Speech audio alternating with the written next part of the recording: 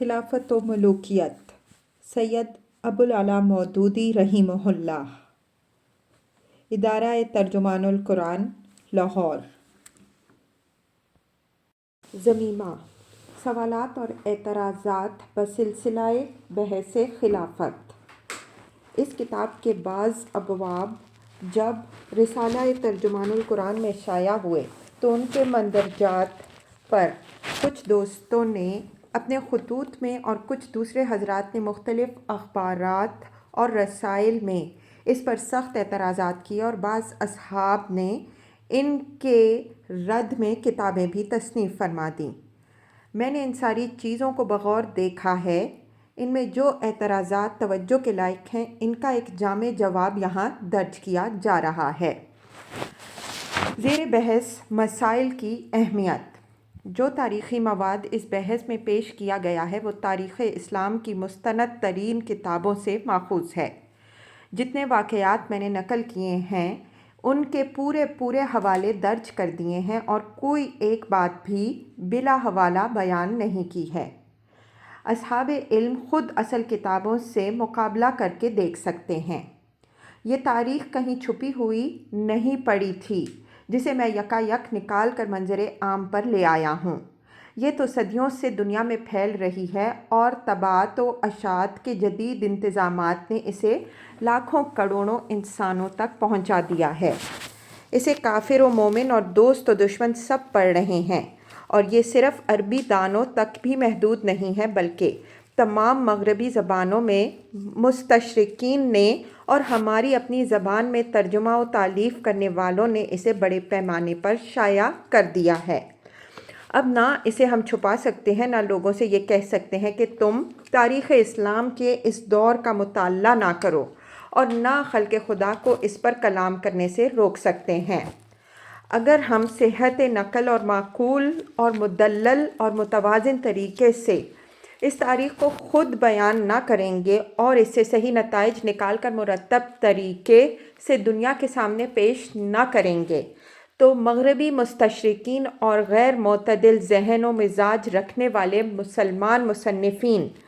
جو اسے نہایت غلط رنگ میں پیش کرتے رہے ہیں اور آج بھی پیش کر رہے ہیں،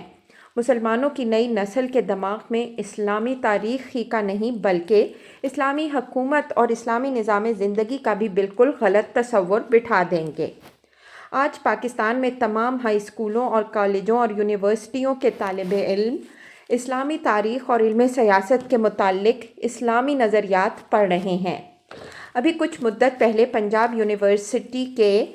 MA سیاسیات کے امتحان میں یہ سوالات آئے تھے کہ قرآن نے ریاست کے متعلق کیا اصول بیان کیے ہیں۔ عہد رسالت میں ان اصولوں کو کس طرح عملی جامہ پہنایا گیا، خلافت کیا چیز تھی اور یہ ادارہ بادشاہی میں کیسے اور کیوں تبدیل ہوا۔ اب کیا معترض حضرات یہ چاہتے ہیں کہ مسلمان طلباء ان سوالات کے وہ جوابات دیں جو مغربی مصنفین نے دیے ہیں، یا ناکافی مطالعہ کے ساتھ خود الٹی سیدھی رائے قائم کر لیں، یا ان لوگوں سے دھوکہ کھائیں جو تاریخ ہی کو نہیں اسلام کے تصور خلافت تک کو مسخ کر رہے ہیں۔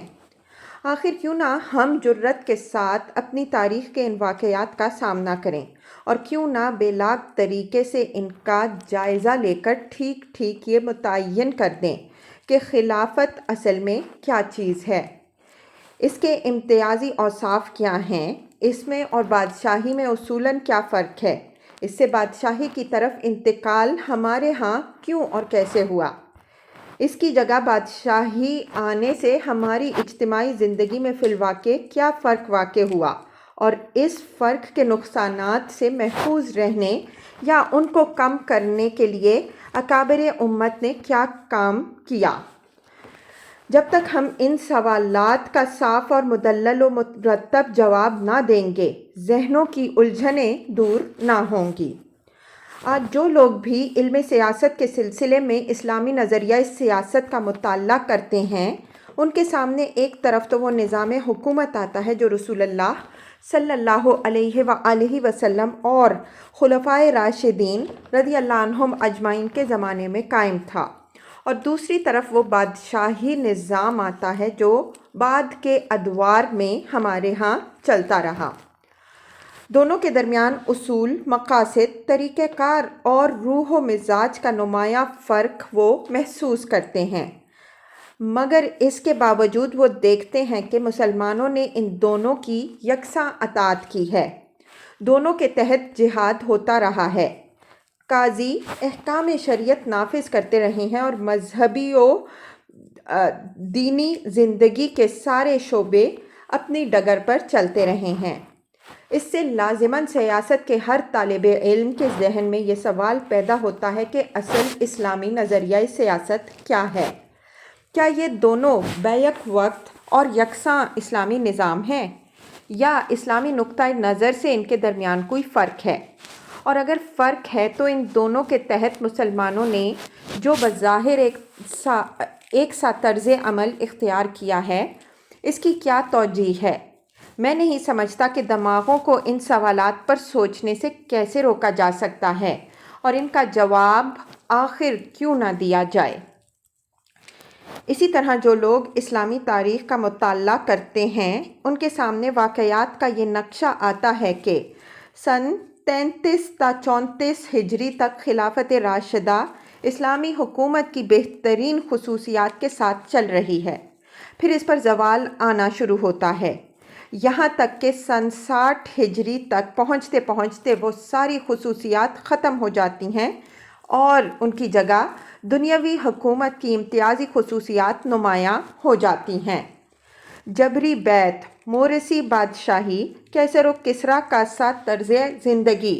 رائیوں کا رعایا سے احتجاب، بیت المال کے معاملے میں احساس ذمہ داری کا فقدان، سیاست کا شریعت کی پابندی سے آزاد ہو جانا، امر بالمعروف اور نہی عن المنکر کی آزادی سے مسلمانوں کی محرومی، شورا کے طریقے کا خاتمہ، غرض وہ تمام چیزیں جو ایک دنیاوی حکومت کو ایک دینی حکومت سے ممیز کرتی ہیں، وہ سن 60 ہجری کے بعد سے ایک مستقل بیماری کی طرح مسلمانوں کی حکومت کو لگی ہوئی نظر آتی ہیں۔ اب اس عظیم تغیر اور نہایت نمایاں تغیر کے متعلق ہم کیا کہیں؟ کیا یہ کہیں کہ یہ اچانک کسی سبب کے بغیر رونما ہو گیا، یا یہ کہیں کہ اس دور کی کوئی تاریخ موجود نہیں ہے؟ اس لیے ہم نہیں کہہ سکتے کہ یہ کیسے ہوگا، یا یہ کہیں کہ اس دور کی تاریخ تو موجود ہے مگر اس کا ہر وہ واقعہ جو اس تغیر کے اسباب کی نشاندہی کرتا ہے ناقابل اعتماد ہے، اگرچہ انہی مورخین کی روایات اس سے پہلے اور اس کے بعد کے ادوار کے متعلق قابل اعتماد ہیں۔ یا یہ کہیں کہ اس دور کی تاریخ کی طرف سے آنکھیں بند کر لینی چاہیے اور ان سوالات پر غور بحث کلام کچھ نہ کرنا چاہیے، کیونکہ اس 26 سے 27 سال کے زمانے میں جو حالات ان نتائج کے موجب ہوئے ان کی ذمہ داری بعض صحابہ رضی اللہ عنہم اجمعین پر عائد ہو جانے کا خطرہ ہے۔ ان میں سے کون سی بات آخر ہم صحت اور معقولیت کے ساتھ کہہ سکتے ہیں جو تاریخ پڑھنے والے کسی عام شخص کو مطمئن کر دے؟ اس میں شک نہیں ہے کہ تاریخ کے معاملے میں چھان بین، اسناد اور تحقیق کا وہ اہتمام نہیں ہوا ہے جو احادیث کے معاملے میں پایا جاتا ہے، لیکن یہ کہنا بھی تو مشکل ہے کہ ابن سعد، ابن عبد البر، ابن جریر، ابن حجر، ابن کثیر اور ابن اثیر جیسے لوگوں نے دور اختلاف کے حالات نقل کرنے میں اتنی سہل انگاری اور بے احتیاطی برتی ہے کہ بالکل بے اصل باتیں اپنی کتابوں میں صحابہ رضی اللہ عنہم اجمعین کی طرف منسوب کر دیں۔ کیا وہ ان باتوں کو بیان کرتے وقت اس بات سے بے خبر تھے کہ ہم کن بزرگوں کی طرف یہ واقعات منسوب کر رہے ہیں؟ اندیشہ ظاہر کیا گیا ہے کہ اس طرح کی بحثوں سے صحابہ رضی اللہ عنہم اجمعین کی پوزیشن مجروح ہوتی ہے اور اس اعتماد میں فرق آتا ہے جو مسلمانوں کو ان پر ہونا چاہیے۔ اس معاملہ میں بھی چند امور کی وضاحت کر دینا میں ضروری سمجھتا ہوں۔ صحابہ کرام رضی اللہ عنہم اجمعین کے متعلق میرا عقیدہ بھی وہی ہے جو عام محدثین و فقہا اور علماء امت کا عقیدہ ہے کہ کلہم عدول۔ ظاہر ہے کہ ہم تک دین کے پہنچنے کا ذریعہ وہی ہیں۔ اگر ان کی عدالت میں ذرہ برابر بھی شبہ پیدا ہو جائے تو دین ہی مشتبہ ہو جاتا ہے۔ لیکن الصحابۃ کلہم عدول، صحابہ سب راست باز ہیں رضی اللہ عنہم اجمعین۔ اس کا مطلب یہ نہیں میں لیتا کہ تمام صحابہ رضی اللہ عنہم اجمعین بے خطا تھے اور ان میں ہر ایک ہر قسم کی بشری کمزوریوں سے بالا تر تھا اور ان میں سے کسی نے کبھی کوئی غلطی نہیں کی، بلکہ میں اس کا مطلب یہ لیتا ہوں کہ رسول اللہ صلی اللہ علیہ وآلہ وسلم سے روایت کرنے یا آپ صلی اللہ علیہ وآلہ وسلم کی طرف کوئی بات منسوب کرنے میں کسی صحابی رضی اللہ عنہم اجمعین نے کبھی راستی سے ہرگز تجاوز نہیں کیا ہے۔ پہلا مطلب اگر لیا جائے تو تاریخ ہی نہیں، حدیث کی مستند اور قوی روایات بھی اس کی تائید نہ کریں گی، اور دوسرا مطلب لیا جائے تو وہ قطعی طور پر ثابت ہے جس کے خلاف کوئی شخص کسی قابل اعتماد ذریعہ سے کوئی ثبوت نہیں لا سکتا۔ حد یہ ہے کہ صحابہ رضی اللہ عنہم اجمعین کی باہمی لڑائیوں تک میں جبکہ سخت خونریزیاں ان کے درمیان ہو گئیں، کبھی کسی فریق نے کوئی حدیث اپنے مطلب کے لیے اپنی طرف سے گھڑ کر رسول اللہ صلی اللہ علیہ وآلہ وسلم کی طرف منسوب نہیں کی،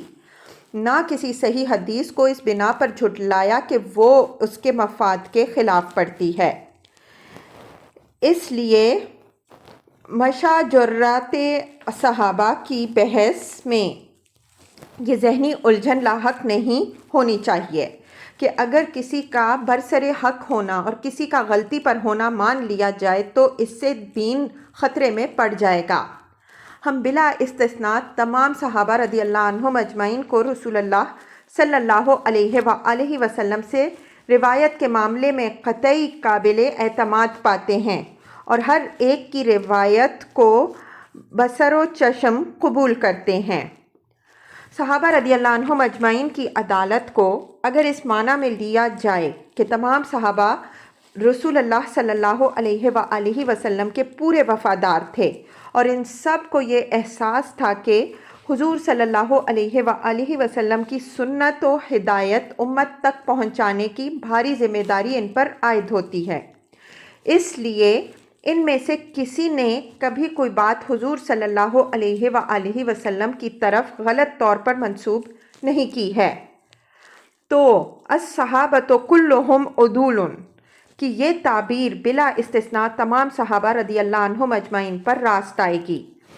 لیکن اگر اس کی یہ تعبیر کی جائے کہ بلا استثناء تمام صحابہ رضی اللہ عنہم اجمعین اپنی زندگی کے تمام معاملات میں صفت عدالت سے کلی طور پر متصف تھے اور ان میں سے کسی سے کبھی کوئی کام عدالت کے منافی صادر نہیں ہوا، تو یہ ان پر راست نہیں آ سکتی۔ بلا شبہ ان کی بہت بڑی اکثریت عدالت کے بڑے اونچے مقام پر فائز تھی، مگر اس سے انکار نہیں کیا جا سکتا کہ ان میں ایک بہت قلیل تعداد ایسے لوگوں کی بھی تھی جن سے بعض کام عدالت کے منافی صادر ہوئے ہیں۔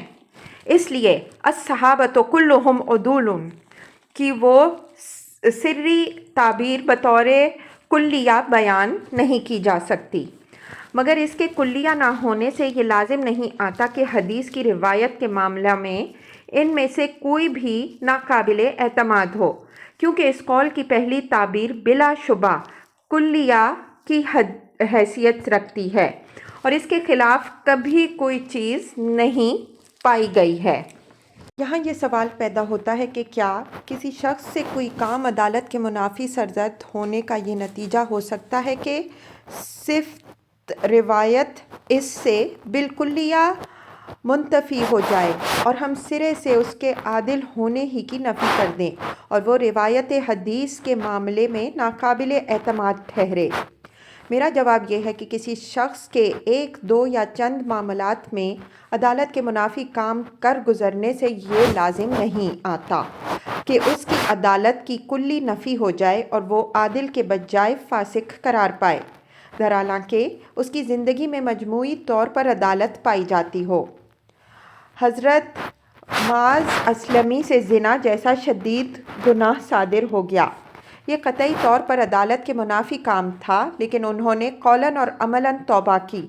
خود اپنے آپ کو سزا کے لیے پیش کر دیا اور ان پر حد جاری کر دی گئی۔ اب اس بات سے کہ وہ عدالت کے منافی ایک کام کر گزرے تھے، ان کی عدالت منتفی نہیں ہو گئی، چنانچہ محدثین نے ان کی حدیث قبول کی ہے۔ اس مثال سے اس بات کا جواب بھی مل جاتا ہے کہ جب اللہ تعالیٰ انہیں معاف کر چکا ہے تو ان کے ان واقعات کو بیان نہ کرنا چاہیے۔ حضرت معاذ کی مغفرت میں کوئی شبہ نہیں کیا جا سکتا۔ انہوں نے ایسی توبہ کی جو دنیا میں کم ہی کسی نے کی ہوگی۔ رسول اللہ صلی اللہ علیہ وآلہ وسلم نے خود ان کی مغفرت کی تصریح فرمائی ہے، مگر کیا اب اس امر واقعہ کو کہ ان سے زنا کا صدور ہوا تھا بیان کرنا ممنوع ہے؟ اس طرح کے واقعات کو محض مشغلہ کے طور پر بیان کرنا تو یقیناً بہت برا ہے، لیکن جہاں فی الواقع ایسے واقعات کو بیان کرنے کی ضرورت ہو، وہاں بیان واقعہ کی حد تک ان کا ذکر کرنے سے پہلے بھی اہل علم نے اجتناب نہیں کیا ہے، اور اب بھی اجتناب کا حکم نہیں لگایا جا سکتا۔ البتہ ان واقعات کے بیان میں یہ احتیاط ملحوظ رہنی چاہیے کہ بات کو صرف بیان واقعہ تک محدود رکھا جائے اور کسی صحابی کی بحیثیت مجموعی تنقیص نہ ہونے پائے۔ یہی احتیاط میں نے اپنی امکانی حد تک پوری طرح ملحوظ رکھی ہے۔ اگر اس سے کہیں تجاوز پایا جاتا تو مجھے اس پر مطلع کیا جائے، میں انشاءاللہ اس کی فوراً اصلاح کر دوں گا۔ بعض حضرات اس معاملے میں یہ نرالا قاعدہ کلیہ پیش کرتے ہیں کہ ہم صحابہ کرام رضی اللہ عنہم اجمعین کے بارے میں صرف وہی روایات قبول کریں گے جو ان کی شان کے مطابق ہوں، اور ہر اس بات کو رد کر دیں گے جس سے ان پر حرف آتا ہو، خواہ وہ کسی صحیح حدیث ہی میں وارد ہوئی ہو۔ لیکن میں نہیں جانتا کہ محدثین و مفسرین اور فقہاء میں سے کس نے یہ قاعدہ کلیہ بیان کیا ہے، اور کون سا محدث یا مفسر یا فقیہ ہے جس نے کبھی اس کی پیروی کی ہے۔ کیا رسول اللہ صلی اللہ علیہ وآلہ وسلم کے ایلا اور تخییر کا واقعہ حدیث و فقہ اور تفسیر کی کتابوں میں بیان نہیں کیا گیا ہے؟ حالانکہ اس سے امہات المؤمنین پر یہ الزام آتا ہے کہ انہوں نے نفقہ کے لیے حضور صلی اللہ علیہ وآلہ وسلم کو تنگ کیا تھا۔ کیا واقعہ افک میں بعض صحابہ رضی اللہ عنہم اجمعین کے ملوث ہونے اور ان پر حد قذف جاری ہونے کا قصہ ان میں بیان نہیں کیا گیا ہے؟ حالانکہ اس قصور کی شناخت جیسی کچھ ہے وہ ظاہر ہے۔ کیا معاذ اسلمی کے واقعات ان کتابوں میں بیان نہیں کیے گئے ہیں؟ حالانکہ صحابیت کا شرف تو انہیں بھی حاصل تھا، اور اس من گھڑت قاعدے کی روح سے محدثین کو وہ تمام روایات رد کر دینی چاہیے تھیں جن میں کسی صحابی یا کسی صحابیہ سے زنا جیسے گھناؤنے فعل کا صدور کا ذکر آیا ہو۔ پھر اگر واقعی یہ کوئی مسلم قاعدہ تھا تو حضرت عمر رضی اللہ عنہ نے حضرت مغیرہ بن شعبہ رضی اللہ عنہ پر زنا کا الزام لگانے والوں سے شہادت طلب کر کے اس کی خلاف ورزی کی، کیونکہ اس قاعدے کی روح سے تو ایک صحابی کی طرف اس فعل کی نسبت ہی سرے سے قابل تسلیم نہ تھی، کجا کہ اس پر شہادت طلب کی جاتی۔ بلکہ خود وہ حضرات بھی جو آج اس قاعدہ کلیہ کو پیش فرما رہے ہیں اس کی پوری پابندی نہیں کرتے۔ اگر واقعی وہ اس کے قائل ہوتے تو انہیں کہنا چاہیے تھا کہ جنگ جمل اور جنگ صفین سرے سے کبھی پیش ہی نہیں آئیں، کیونکہ صحابہ کرام رضی اللہ عنہم اجمعین کی شان اس سے بالا تر ہونی چاہیے کہ وہ ایک دوسرے کے مقابلے میں تلوار لے کر کھڑے ہو جائیں اور ان کے ہاتھوں سے اہل ایمان کی خون ریزی ہو۔ غلطی کے صدور سے بزرگی میں فرق نہیں آتا۔ حقیقت یہ ہے کہ صحابہ سمیت تمام غیر نبی انسان غیر معصوم ہیں، اور معصومیت صرف انبیاء علیہم السلام کے لیے خاص ہے۔ غیر نبی انسانوں میں کوئی شخص اس معنی میں بزرگ نہیں ہوتا کہ اس سے غلطی کا صدور محال ہے یا اس نے عملاً کبھی غلطی نہیں کی ہے، بلکہ اس معنی میں بزرگ ہوتا ہے کہ علم اور عمل کے لحاظ سے اس کی زندگی میں خیر غالب ہے۔ پھر جتنا کسی میں خیر کا غلبہ ہو وہ اتنا ہی بڑا بزرگ ہے، اور اس کے کسی فعل یا بعض فعل کے غلط ہونے سے اس کی بزرگی میں فرق نہیں آ سکتا۔ اس معاملے میں میرے اور دوسرے لوگوں کے نقطۂ نظر میں ایک بنیادی فرق ہے، جس کی وجہ سے بسا اوقات میری پوزیشن کو سمجھنے میں لوگوں کو غلط فہمی لاحق ہو جاتی ہے۔ لوگ سمجھتے ہیں کہ جو بزرگ ہے وہ غلطی نہیں کرتا، اور جو غلطی کرتا ہے وہ بزرگ نہیں ہے۔ اس نظریے کی بنا پر وہ چاہتے ہیں کہ کسی بزرگ کے کسی کام کو غلط نہ کہا جائے، اور مزید برآں وہ یہ بھی گمان کرتے ہیں کہ جو شخص ان کے کسی کام کو غلط کہتا ہے وہ ان کو بزرگ نہیں مانتا۔ میرا نظریہ اس کے برعکس ہے۔ میرے نزدیک ایک غیر نبی بزرگ کا کوئی کام غلط بھی ہو سکتا ہے اور اس کے باوجود وہ بزرگ بھی رہ سکتا ہے۔ میں کسی بزرگ کے کسی کام کو غلط صرف اس وقت کہتا ہوں جب وہ قابل اعتماد ذرائع سے ثابت ہو اور کسی معقول دلیل سے اس کی تعویل نہ کی جا سکتی ہو، مگر جب اس شرط کے ساتھ میں جان لیتا ہوں کہ ایک کام غلط ہوا ہے تو میں اسے غلط مان لیتا ہوں۔ پھر اس کام کی حد تک ہی اپنی تنقید کو محدود رکھتا ہوں، اور اس غلطی کی وجہ سے میری نگاہ میں نہ ان بزرگ کی بزرگی میں کوئی فرق آتا ہے، نہ ان کے احترام میں کوئی کمی واقع ہوتی ہے۔ مجھے اس بات کی کبھی ضرورت محسوس نہیں ہوتی کہ جن کو میں بزرگ مانتا ہوں ان کی کھلی غلطیوں کا انکار کروں، لیپ پوت کر کے ان کو چھپاؤں یا غیر معقول تعویلیں کر کے ان کو صحیح ثابت کروں۔ غلط کو صحیح کہنے کا لازمی نتیجہ یہ ہوگا کہ ہمارے معیار بدل جائیں گے، اور جو غلطیاں مختلف بزرگوں نے اپنی اپنی جگہ الگ الگ کی ہیں وہ سب اکٹھی ہمارے اندر جمع ہو جائیں گی، اور لیپ پوت کرنے یا اعلانیہ نظر آنے والی چیزوں پر پردہ ڈالنے سے میرے نزدیک بات بنتی نہیں بلکہ اور بگڑ جاتی ہے۔ اس سے تو لوگ اس شبہ میں پڑ جائیں گے کہ ہم اپنے بزرگوں کے جو کمالات بیان کرتے ہیں وہ بھی شاید بناوٹی ہی ہوں گے۔ صحابہ رضی اللہ عنہم اجمعین میں فرق مراتب۔ صحابہ کرام رضی اللہ عنہم اجمعین کے معاملے میں حدیث اور سیر کی کتابوں کے مطالعے سے میں اس نتیجے پر پہنچا ہوں کہ وہ صحابیت کے شرف میں تو یکساں تھے، مگر علم و فضل اور سرکار رسالت سب سے اکتساب فیض اور آپ کی صحبت و تعلیم سے متاثر ہونے کے معاملے میں ان کے درمیان فرق مراتب تھا۔ وہ بہرحال انسانی معاشرہ ہی تھا جس میں شمع نبوت روشن ہوئی تھی۔ اس معاشرے کے تمام انسانوں نے نہ تو اس شمع سے نور کا اکتساب یکساں کیا تھا اور نہ ہر ایک کو اس کے مواقع دوسروں کے برابر ملے تھے۔ اس کے علاوہ ہر ایک کی طبیعت الگ تھی، مزاج مختلف تھا، خوبیاں اور کمزوریاں ایک جیسی نہ تھیں۔ ان سب نے اپنی اپنی استعداد کے مطابق حضور صلی اللہ علیہ وآلہ وسلم کی تعلیم اور صحبت کا اثر کم و بیش قبول کیا تھا، مگر ان میں ایسے لوگ بھی ہو سکتے تھے اور فی الواقع تھے جن کے اندر تزکیہ نفس کی اس بہترین تربیت کے باوجود کسی نہ کسی پہلو میں کوئی کمزوری باقی رہ گئی تھی۔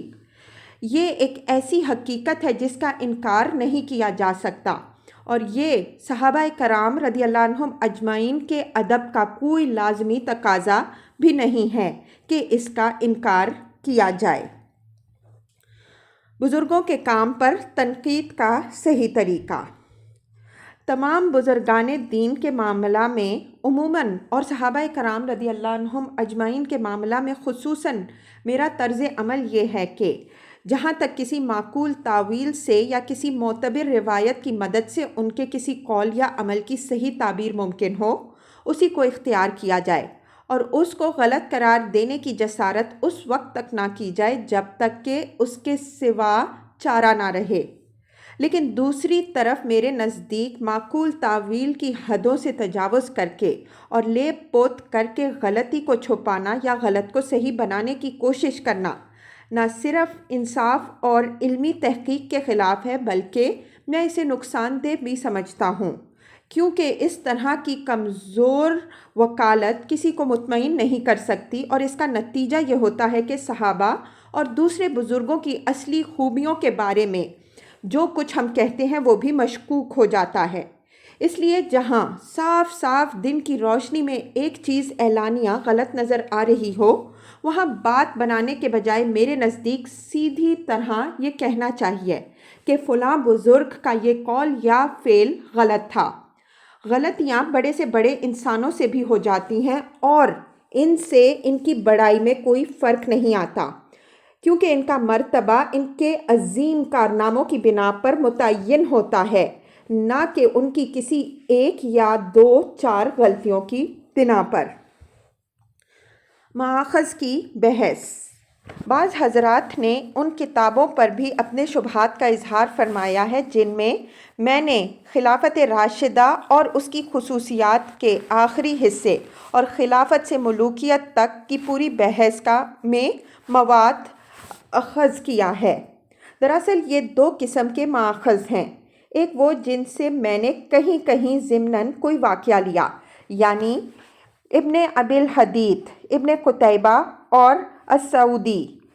دوسرے وہ جن کی روایات پر میں نے اپنی بحث کا زیادہ تر مدار رکھا ہے، یعنی محمد بن سعد، ابن عبد البر، ابن الاسیر، ابن جریر طبری اور ابن کثیر۔